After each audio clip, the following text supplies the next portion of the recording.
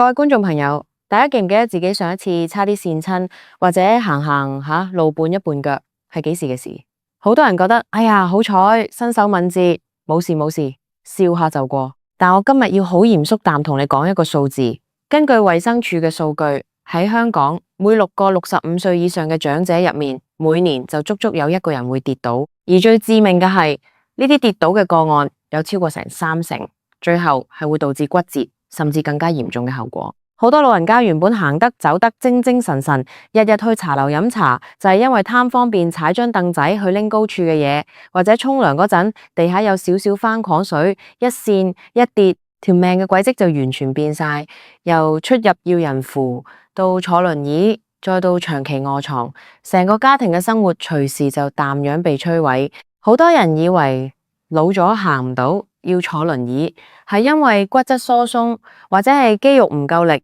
所以大家一踏入50幾60歲就瘋狂去買鈣片食，買維他命食，甚至買幾千蚊一斤嘅高檔補藥。但係你有冇發現有啲老人家明明好似好瘦，冇乜肌肉，但係行起路嚟步履如飛，去到80歲都仲可以自己去行山。相反，有啲人明明人高馬大，幾十歲就開始行路揈客，行幾步就嗌頭暈，成日都話平衡唔到。其實真正決定你老咗之後可唔可以行得走得唔使坐輪椅嘅關鍵，根本唔係你食咗幾多補藥，亦都唔係你對腳有幾粗，而係你大腦同埋四肢之間嘅一條秘密通道——深層感覺同埋動態平衡力。如果我哋將人體比喻成一架車，肌肉同埋骨骼就係車身同埋引擎，而你嘅神經系統同平衡能力就係架車嘅避震同埋裁盤。你引擎再好，馬力再大，如果你盤壞咗，避震老化，架車只要行過一條凹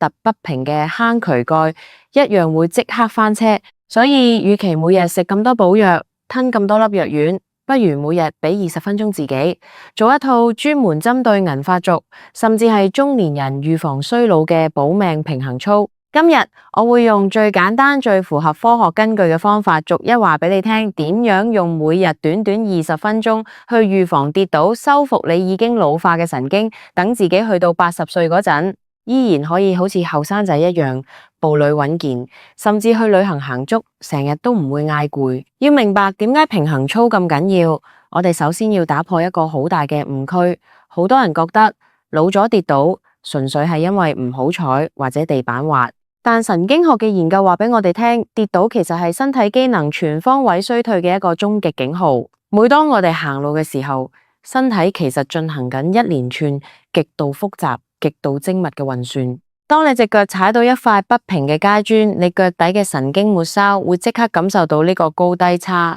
呢個就叫做本體感覺。呢個信號會以每秒鐘幾十公尺嘅速度，沿住你嘅脊髓，好似坐高鐵站衝上去你嘅大腦。大腦收到信號之後，會結合你對眼睇到嘅畫面同埋你隻耳仔入面前庭系統嘅水平定位，喺1%秒之內做出判斷，然後發出指令俾你條腰、你個大腿同埋小腿嘅肌肉，叫佢哋即刻收緊，去修正你身體嘅重心。當我哋後生嘅時候，呢條神經高鐵運行得非常完美，所以你就算踩到舊番薯，踩到舊番腿，你隻腳都可以本能淡踩多一小步，穩住個重心，呢個就叫做動態平衡。但係當一個人年紀慢慢大，去到50歲、60歲，甚至70歲嘅時候，如果我哋唔主動去訓練佢，呢條神經高鐵就會開始生鏽。腳底嘅神經末梢變得遲鈍，大腦收到信號嘅時間慢咗。可能你已經踩到個水凼，身體已經買咗，但大腦仲未收到消息。等到大腦終於發現，哎呀，失平衡啦嘅時候，佢再發出指令去叫小腿肌肉做嘢。但係此時小腿肌肉因為長期冇訓練，反應又慢咗半秒，就係呢短短嘅0點幾秒延遲，就決定咗你係企得穩，定係成個人跌落地下。更可怕嘅係，好多老人家跌過一次之後，就會產生一種跌倒恐懼症，佢哋會變得好驚行路，出入寧願坐，或者越行越慢。但係人體嘅機制係不用則廢，當你因為驚跌而越行越少，你嘅神經反應就會進一步退化，肌肉亦都萎縮得更快。結果形成一個惡性循環，越驚跌就越少喐，越少喐平衡力就越差，最後可能只係喺客廳起個身都會再次跌倒。所以想要去到80歲都行得走得，最核心嘅任務係要修復神經同埋重新活化本體感覺。而呢樣嘢，你食幾多隻花膠、燕窩或者吞幾多粒人參、冬蟲夏草，都係完全做唔到嘅。因為補品只係提供原材料，但係佢冇辦法幫你條神經線重新連線，更加冇辦法訓練你大腦嘅反應速度。既然保養無用，但我哋係咪要去健身房舉好重嘅啞鈴，或者踩幾十公里單車先有用？答案係完全唔使。對於長者或者中年人嚟講，過度劇烈嘅負重訓練反而容易傷到膝頭同埋條腰。我哋需要嘅係一朝一夕都直擊神經系統嘅保命平衡操。呢套平衡操一共分為4個部分，每個部分只需要大約5分鐘，加埋啱啱好20分鐘。它唔需要任何昂貴嘅器材，你只需要喺屋企一面結實嘅牆，或者一張有椅背好穩陣嘅餐椅作為安全防護，就可以即刻開始。第一部分，我哋要活化腳底嘅神經，重新啟動我哋嘅本體感覺。呢個練習叫做金雞獨立腳底覺醒。做法好簡單，你先企喺餐椅後面，對手輕輕扶住椅背，記住係扶住，而唔係將成個人嘅重量壓落去。然後將你嘅左腳慢慢抬高，離開地面，只用右腳單腳企立。呢個時候你要將你成個注意力完全擺喺你右腳嘅腳底。如果你細心去感受，你會發現你嘅右腳底其實一啲都唔平靜。你嘅大腳趾、小腳趾同埋腳跟呢3個點好似3個不停微調嘅千斤頂擔，一會兒左邊出少少力，一會兒右邊收緊少少。呢個過程就係你腳底嘅神經正同大腦進行緊高頻率嘅對話。當你可以用手扶住企到30秒之後，你可以嘗試進入進階版，試下將手指逐隻離開椅背，甚至做到完全放手。如果你覺得自己平衡得好好，可以挑戰更加高級嘅層次，就係將對眼合埋。好多人一合埋眼，即刻就會左右搖晃，甚至要即刻扶反住張椅。點解會淡？因為我哋平時太依賴對眼去睇四周圍嘅環境嚟幫自己定位。當你一合埋眼，大腦失去咗視覺信號，他就逼迫自己必須100%去聽腳底神經嘅說話。呢個合眼單腳企嘅動作係神經學上面用嚟修復同刺激本體感覺最有效嘅方法之一。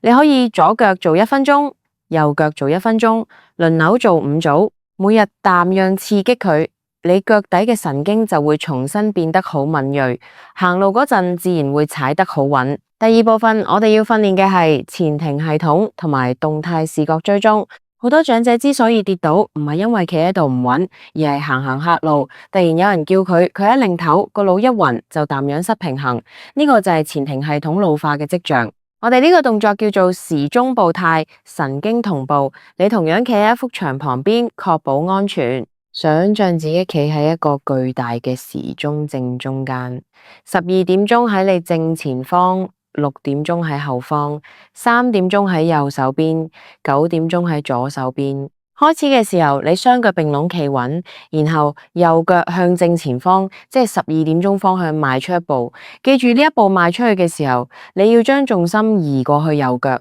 維持1秒鐘。然後右腳收返返去中間，接住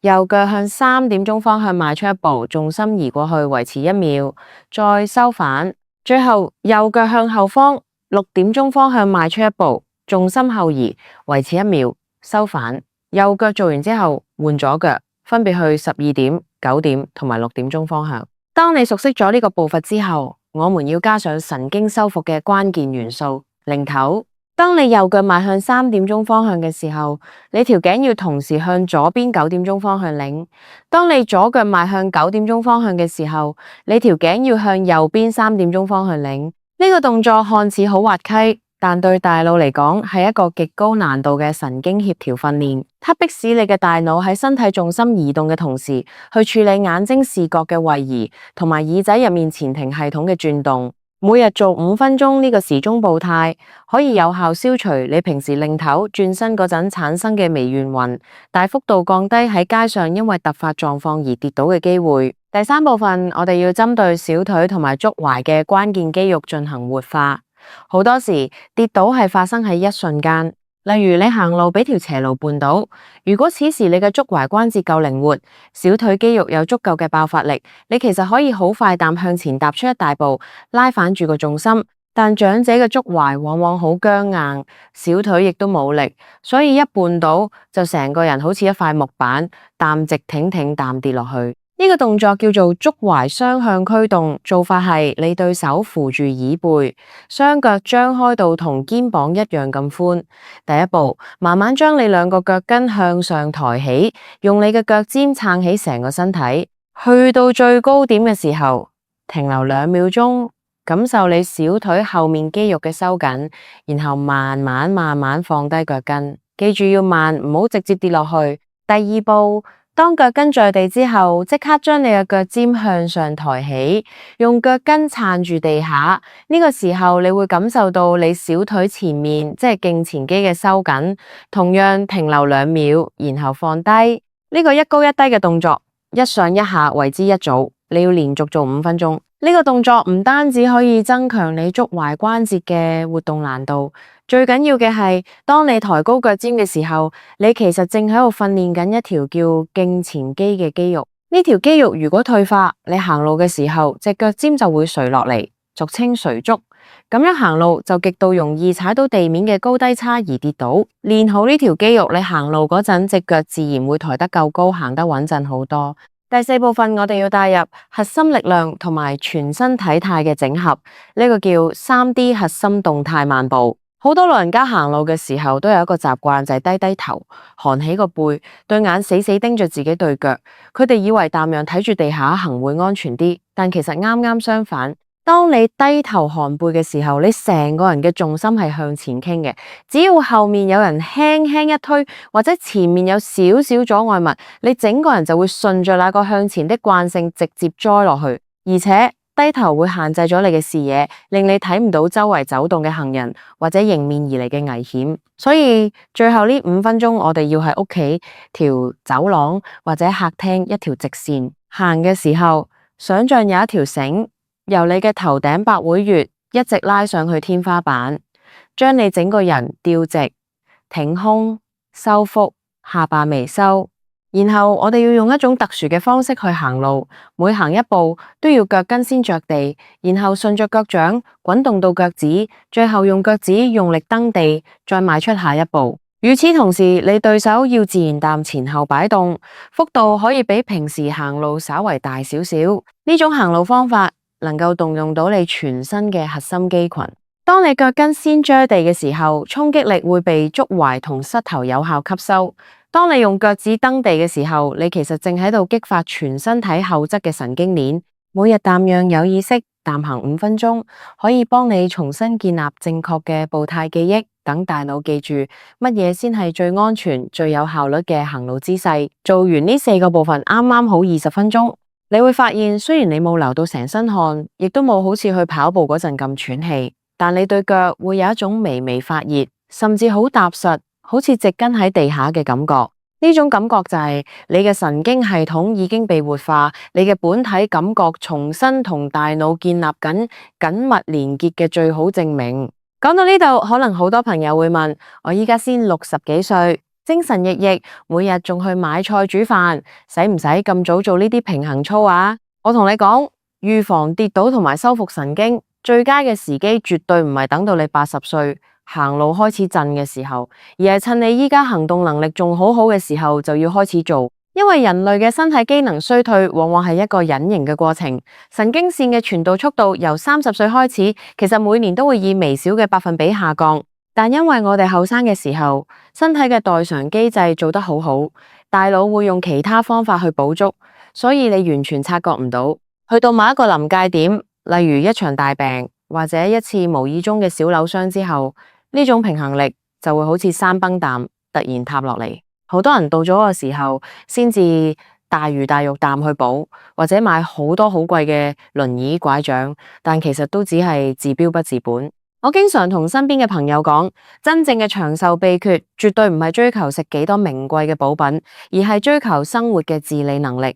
你想象下，兩位同樣係80歲嘅長者，一位長者雖然食好多燕窩、花膠，但因為平衡力差，出入都要坐輪椅，去廁所要人抱，想去飲個茶都要全家人大費周章推車抬轎。因為長期唔喐，佢嘅心情變得好低落，消化系統亦都越來越差。而另一位長者可能平時生活好樸素，食嘅都係普通家常便飯，但因為佢幾十年前就開始注意平衡力嘅訓練，每日堅持20分鐘平衡操，去到80歲，佢依然可以自己坐巴士去旺角行街，可以同老友記去大嶼山行山，甚至可以自己搭飛機去外國探孫。佢嘅生活充滿自由，佢有尊嚴，佢唔需要成為仔女嘅負擔。呢兩種生活，你想要邊一種？答案顯而易見。而且呢套保命平衡操，除咗可以防止跌倒、修復神經之外，它其實仲有一個意想不到嘅好處，就係可以改善你嘅腰酸背痛。香港人好多都有長期腰痛、膝頭痛嘅問題，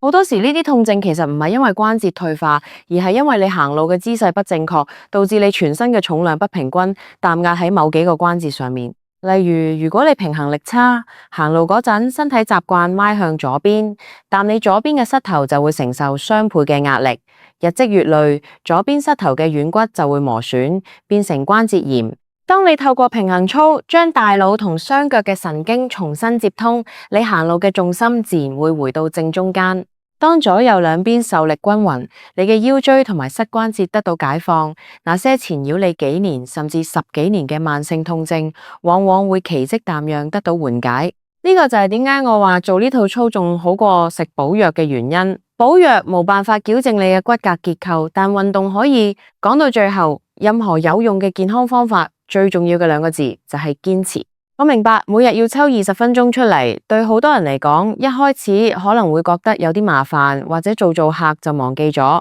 所以我建議大家可以將呢套平衡操同你每日嘅生活習慣結合埋一齊。例如，當你朝早起身喺廚房等緊個電水煲水，或者等緊部咖啡機出咖啡嗰2-3分鐘，你就可以扶住廚房個灶頭做幾組金雞獨立腳底覺醒。當你夜晚食完飯睇緊電視新聞或者電視劇嘅時候，廣告時間有幾分鐘，你就可以企起身喺電視機前面做一組時鐘步態神經同步。當你洗完手或者去完洗手間出嚟，你就可以順便喺走廊做一組 3D 核心動態漫步。當你將呢啲小動作融入去你每日嘅生活碎片入面，你根本唔會覺得佢佔用咗你好多時間。但係你身體嘅神經系統會因為你每日幾次、每次幾分鐘嘅持續刺激而不停保持喺一個高水平嘅活躍狀態。各位朋友，我哋冇辦法阻止年齡嘅數字增加，但我們絕對可以決定自己老去嘅姿勢。唔好等跌倒咗，瞓喺醫院病床上面嘅時候，先至嚟後悔自己當年冇好好照顧自己雙腳。從今日開始，由聽日朝早開始，俾20分鐘自己，好好同自己嘅腳底對話，好好修復自己嘅神經。希望大家都可以活得健康，活得有尊嚴，去到80歲依然可以步履穩健，行遍天下。